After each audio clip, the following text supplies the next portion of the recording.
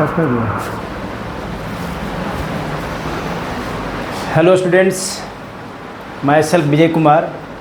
और कल की तरह आज भी हम केमिस्ट्री का पहला चैप्टर क्लास 10 सीबीएसई बोर्ड के लिए कुछ इम्पोर्टेंट क्वेश्चन लेकर के आए हैं।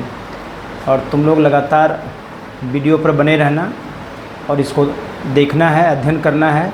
निश्चित रूप से बेहतर होगा आने वाला समय में। और 2027 का जो एग्ज़ाम होगा, निश्चित रूप से हमारे द्वारा बनाए गए वीडियो में जो क्वेश्चन हम दे रहे हैं निश्चित रूप से लड़ेगा। और भी बहुत सा कुछ ऐसा होगा जो कि हम देने का प्रयास करेंगे।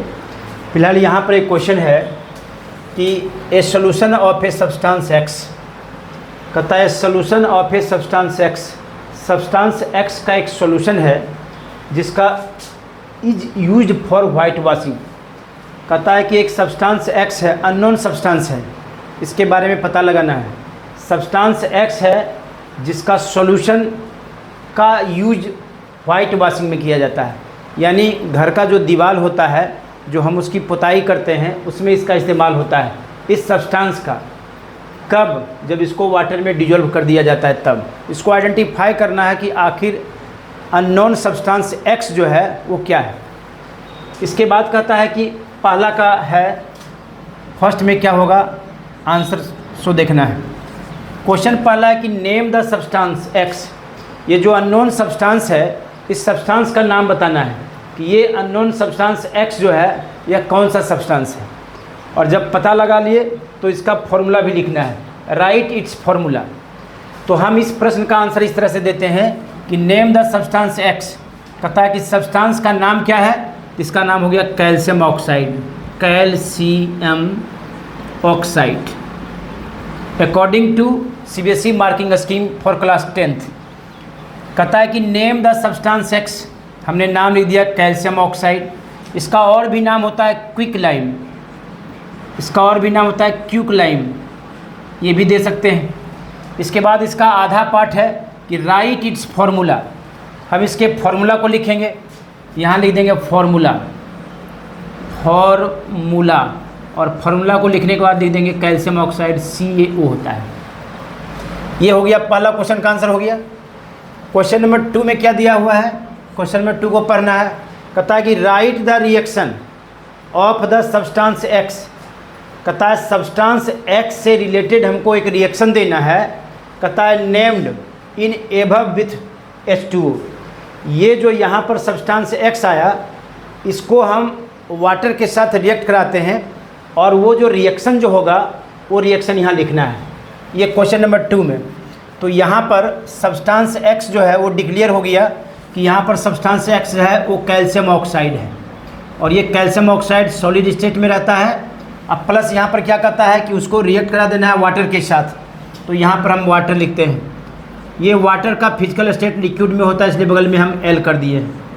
और फिर इस दोनों को आपस में रिएक्ट कराते हैं। रिएक्ट कराने के बाद क्या बनता है, एक कंपाउंड बनता है, इसका नाम है कैल्शियम हाइड्रोक्साइड।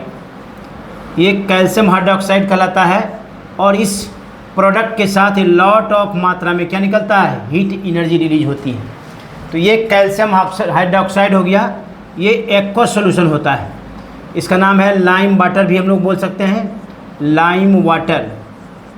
और दूसरा नाम क्या है, इसको सेलेक्ट लाइम भी बोलते हैं, सेलेक्ट लाइम, है ना। और ये कैल्शियम हाइड्रोक्साइड भी होता है। तो इस तरह से ये ऑलरेडी क्या है, बैलेंस है ये इक्वेशन।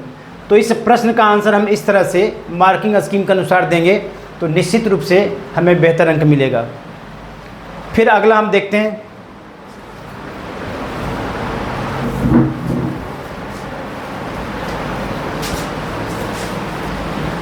और फिर हम दूसरा क्वेश्चन यहाँ पर लाए हैं कि दूसरा क्वेश्चन है क्या, ये भी बहुत इंपॉर्टेंट क्वेश्चन है। और जितना भी क्वेश्चन हम बता रहे हैं सारे बोर्ड के एग्ज़ाम के लायक होगा, केवल तुम लोग को ध्यान से पढ़ना है। A shiny brown coloured element X, यहाँ पर भी एलिमेंट एक्स जो है, एक्स का मतलब होता है कि अननोन एलिमेंट है। इस एक्स एलिमेंट जो अननोन है, इसके बारे में हमको फाइंड आउट करना है इस क्वेश्चन को पढ़ने के बाद। कहता है shiny brown coloured element x on heating in air. कहता है कि ये जो अननोन एलिमेंट एक्स है, अगर इसको हम हीट करते हैं एयर में, तो हीट करने के बाद कहता है कि बिकम्स ब्लैक इन कलर। उस एलिमेंट का, जब उस एलिमेंट को हवा की उपस्थिति में हम हीट करते हैं तो हीट करने के बाद वह एलिमेंट जो होता है उसका कलर ब्लैक हो जाता है।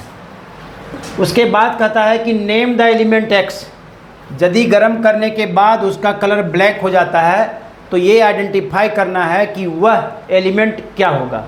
And the black coloured compound form, और गर्म करने के बाद जो कंपाउंड फॉर्म करेगा जिसका कलर हो जाएगा ब्लैक, उसका नाम क्या है। तो सबसे पहले हम जाने, यहाँ आंसर में लिखना है ना।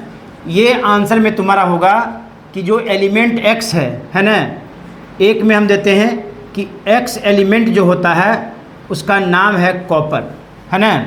उसका नाम क्या है? उसका नाम है कॉपर। यहाँ लिखेंगे name of element, name of element, name of element x, इसको डैश करके लिख देंगे। ये तुम्हारा हो गया कॉपर।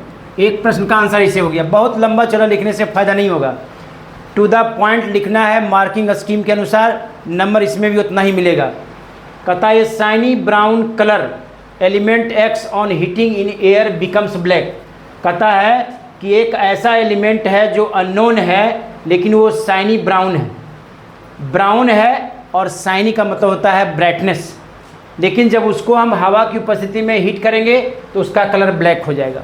तो अब यहाँ पर हमने तय किया है ना, in colour name the element x and the black coloured, है ना, कैन फाउंड फॉर्म। कहता है कि वो जो एलिमेंट जो है उसको हम आइडेंटिफाई किए तो उसका नेम हो गया कॉपर, क्योंकि कॉपर जो होता है उसका कलर ब्राउन होता है और साइन भी होता है।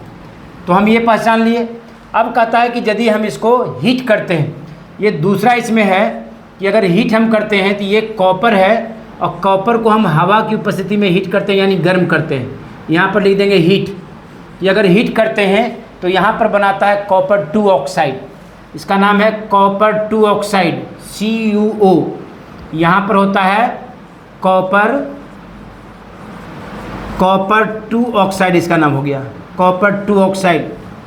अब यहाँ पर बैलेंस करना है, तो चूंकि ऑक्सीजन यहाँ पर 2 है और यहाँ पर ऑक्सीजन 1 है तो इसके आगे में हम 2 लगा देंगे तो बैलेंस हो जाएगा। लेकिन प्रोडक्ट में यहाँ कॉपर भी 2 हो गया तो इसके आगे हम 2 लगा देंगे तो रिएक्टेंट में भी होगा। अब देखना है कि हमारा ये केमिकल रिएक्शन जो है ये दोनों तरफ बैलेंस है कि नहीं। जब बैलेंस नहीं रहे तो सबसे पहले इसको बैलेंस करना है।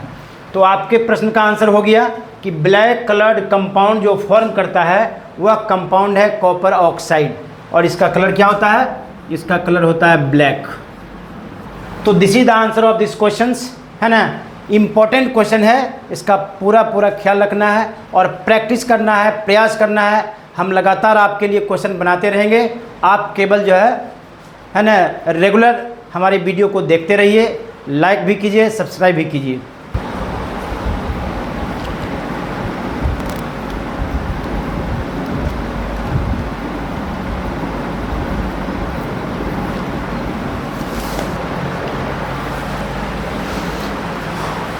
और फिर ये तीसरा टाइप का जो क्वेश्चन हम यहाँ पर दे रहे हैं कि most important balance chemical equation. हम जो 5 गो अभी हम 5 केमिकल इक्वेशन जो दे रहे हैं, ये चैप्टर 1 का जो है सब मोस्ट इम्पोर्टेंट क्वेश्चन है और बार बार रिपीट करता है CBSE। इसलिए तुम लोग क्या करना है, इसको प्रैक्टिस करना है। जितना अधिक से अधिक प्रैक्टिस करोगे उतना ज़्यादा फायदा रहेगा। पहला इक्वेशन है कि लेड नाइट्रेट है। इस लेड नाइट्रेट को हम हीट करते हैं, ये डिकम्पोजिशन रिएक्शन है या इसको थर्मल डिकम्पोजिशन रिएक्शन भी कहते हैं।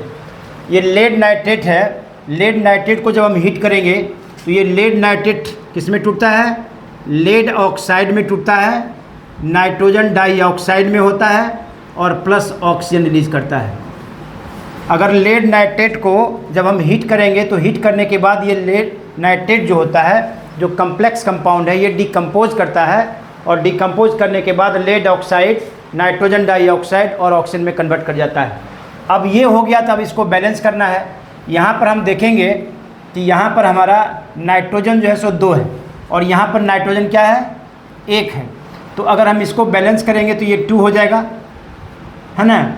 और 2 हो जाएगा तो ऑक्सीजन यहाँ 3 × 2 6 है और यहाँ पर ऑक्सीजन हो गया 2 4, 2 × 2 4 और 2 6 और एक यहाँ हो गया 7 ज़्यादा हो गया। तो इसको बैलेंस करने के लिए क्या करना पड़ता है कि अब यहाँ पर अगर हम 4 नाइट्रोजन को लगा देते हैं तो ऑक्सीजन हो गया 4 × 2, ऐसे नाइट्रोजन हो गया यहाँ पर 4। तो यहाँ पर ट्वाइस का मतलब होता है कि इसके अंदर में जो भी एलिमेंट का एटम है सब ट्वाइस से मल्टीप्लाई है। तो इसके आगे अगर हम 2 लगा देते हैं तो नाइट्रोजन यहाँ पर 2 है और 2 इधर से हो गया, तो 2 × 2 = 4 हो गया। तो यहाँ नाइट्रोजन 4 हो गया, लेकिन लेड जो यहाँ पर है, यहाँ पर लेड 2 है, तो इसके आगे हम 2 लगा देते हैं तो लेड लेफ्ट और राइट यानी प्रोडक्ट में भी लेड 2 हो गया और रिएक्टेंट में भी लेड 2 हो गया। अब हमको नाइट्रोजन की बात देखना है, तो नाइट्रोजन यहाँ पर 2 है और आगे भी 2 है, 2 को 2 से मल्टीप्लाई कर दिए तो 4 हो गया रिएक्टेंट में। उसी तरह से यहाँ पर हम 4 मल्टीप्लाई कर दिए तो प्रोडक्ट में नाइट्रोजन बैलेंस हो गया दोनों तरफ। अब ऑक्सीजन को देखना है कि ऑक्सीजन यहाँ पर O3 है और यहाँ पर ट्वाइस लगा हुआ है, तो 3 × 2 6 हो गया और 6 को 2 से मल्टीप्लाई करते हैं तो 12 हो जाता है। अब यहाँ पर 4 × 2 8 हो गया और यहाँ पर 2 है, तो 8 × 10 हो गया और 10 × 12 हो गया। इस तरह से ये जो लेड नाइट्रेट को हीट करने के बाद लेड ऑक्साइड, नाइट्रोजन डाइऑक्साइड और ये ऑक्सीजन, ये बैलेंस हो गया। अब देखना ये फेरस सल्फेट है। फेरस सल्फेट को जब हम हीट करते हैं, ये भी कम्प्लेक्स कंपाउंड है, तो यहाँ पर आता है फेरिक ऑक्साइड, एक फार्मूला होता है फेरिक ऑक्साइड Fe2O3 प्लस आता है सल्फर डाइऑक्साइड और उसके बाद आता है सल्फर ट्राइऑक्साइड। इसको डिकम्पोज करने के बाद ये प्राप्त होता है। अब यहाँ पर इसको क्या करना है, बैलेंस कर देना है। यहाँ रिएक्टेंट में आयरन जो है सो सिंगल एटम है, जबकि प्रोडक्ट में यहाँ पर 2 एटम्स है। तो यहाँ पर जब 2 लगा हुआ है तो हम इसके आगे 2 लगा देते हैं तो आयरन दोनों तरफ बैलेंस हो जाता है। अब बात रही सल्फ़र का, तो सल्फ़र के आगे यहाँ पर 2 लगा हुआ है तो सल्फ़र 2 हो गया। यहाँ पर भी सल्फ़र देखते हैं, एक यहाँ सल्फ़र है एक यहाँ सल्फ़र है, ये दोनों बैलेंस हो गया। अब ऑक्सीजन की बात करते हैं तो यहाँ पर O4 है और आगे में 2 लगा हुआ है, तो 4 को 2 से मल्टीप्लाई कर देते हैं तो 8 हो जाता है। अब यहाँ पर हम देखते हैं कि यहाँ पर ऑक्सीजन 3 है, यहाँ पर ऑक्सीजन 2 है तो 3 2 5 और यहाँ पर ऑक्सीजन 3 है तो 5 3 8, दोनों तरफ बैलेंस हो गया। तो इस तरह से आप अपने घर पर बैठिएगा और लगातार इसको प्रैक्टिस करते रहिएगा। जो भी इम्पोर्टेंट इक्वेशन होगा हम आपको इस वीडियो के ज़रिए देंगे, दिखाएंगे, समझाएंगे। और अगर आपको समझ में नहीं आता होगा तो आप कमेंट बॉक्स में जाकर के कमेंट कीजिएगा, हम उसको ठीक करेंगे। अब यहाँ पर है आयरन, ये आयरन है आपका रेड हॉट, पूरा गर्म, इतना गर्म है कि ये आयरन रेड हो गया है, एकदम लाल है। और इसके ऊपर यहाँ पर स्टीम है, स्टीम का मतलब होता है वेपर। रेड हॉट आयरन के ऊपर जब हम स्टीम को फ्लो कराते हैं, पास कराते हैं, तो पास कराने के बाद बनता है फेरसोफेरिक ऑक्साइड Fe3O4। इसका 2 नाम होता है, इसको फेरसोफेरिक ऑक्साइड भी बोलते हैं और इसको कहते हैं आयरन 2,3 ऑक्साइड। इसका नाम है आयरन 2,3 ऑक्साइड। और इसके अलावा हाइड्रोजन गैस भी रिलीज होता है। अब यहाँ पर देखना है कि आयरन का 3 हो गया तो हम इस आयरन के रिएक्टेंट में 3 आगे कर देते हैं तो ये कंप्लीट हो जाता है। लेकिन यहाँ पर हम देखते हैं कि ऑक्सीजन यहाँ पर 4 है और यहाँ पर ऑक्सीजन है 1, तो 4 है तो इसके आगे 4 लगा दिए तो ऑक्सीजन 4 हो गया। बट यहाँ पर देख रहे हैं कि रिएक्टेंट में हाइड्रोजन 4 लगाने के बाद हाइड्रोजन 4 × 2 8 हो जाता है और यहाँ पर हाइड्रोजन 2 है, तो हम इस हाइड्रोजन के आगे 4 लगा देते हैं। तो अब ये इक्वेशन जो है सो पूरी तरह से कंप्लीट बैलेंस है। तो इस तरह से हमें लगातार प्रयास करना है। यहाँ पर तुम्हारा है, ये है एथेनॉल है और ये एसिटिक एसिड है। अब ये दोनों आपस में रिएक्ट करता है, तो रिएक्ट करने के बाद क्या होता है कि यहाँ पर जो ये हाइड्रोजन है और ये जो हाइड्रोक्साइड है, ये दोनों मिलकर के क्या बना देता है, वाटर बना देता है। ये वाटर बन गया। अब यहाँ पर है CH3COO और यहाँ पर ये C2H5 बचा, ये आकर के कंबाइन हो गया C2H5, है ना। ये तुम्हारा एस्टर हो गया, एस्टर हो गया। जो ये सब सेंट वगैरह जो बनता है वह इसी प्रोसेस से बनता है, इसको एस्टरिफिकेशन कहते हैं। और 5वां आपका जो है ये सोडियम हाइड्रोक्साइड हो गया, इसको कास्टिक सोडा कहते हैं। और यहाँ पर एसिडिक एसिड है, ये सोडियम हाइड्रोक्साइड, ये हो गया तुम्हारा बेस, ये स्ट्रॉन्ग बेस है। जबकि यहाँ पर एसिटिक एसिड जो है ये वीक एसिड है। Strong base and weak acid, ये दोनों आपस में रिएक्ट करता है। तो रिएक्ट करने के बाद यहाँ पर जो हाइड्रोजन होता है ये हाइड्रोक्साइड के साथ मिलकर के वाटर बना देता है, H2O बन जाता है। और इसके बाद क्या होता है कि ये सोडियम यहाँ पर आकर के रिप्लेस कर देता है हाइड्रोजन को, ये बन जाता है CH3COONA, ये बन जाता है सोडियम एसीटेट, इसको कहते हैं सोडियम एसीटेट, ये सोडियम एसीटेट हो गया। तो इस तरह से आप लोग जो है पूरी तरह से तैयारी कीजिए और लगातार हम प्रयास करते रहेंगे। धन्यवाद।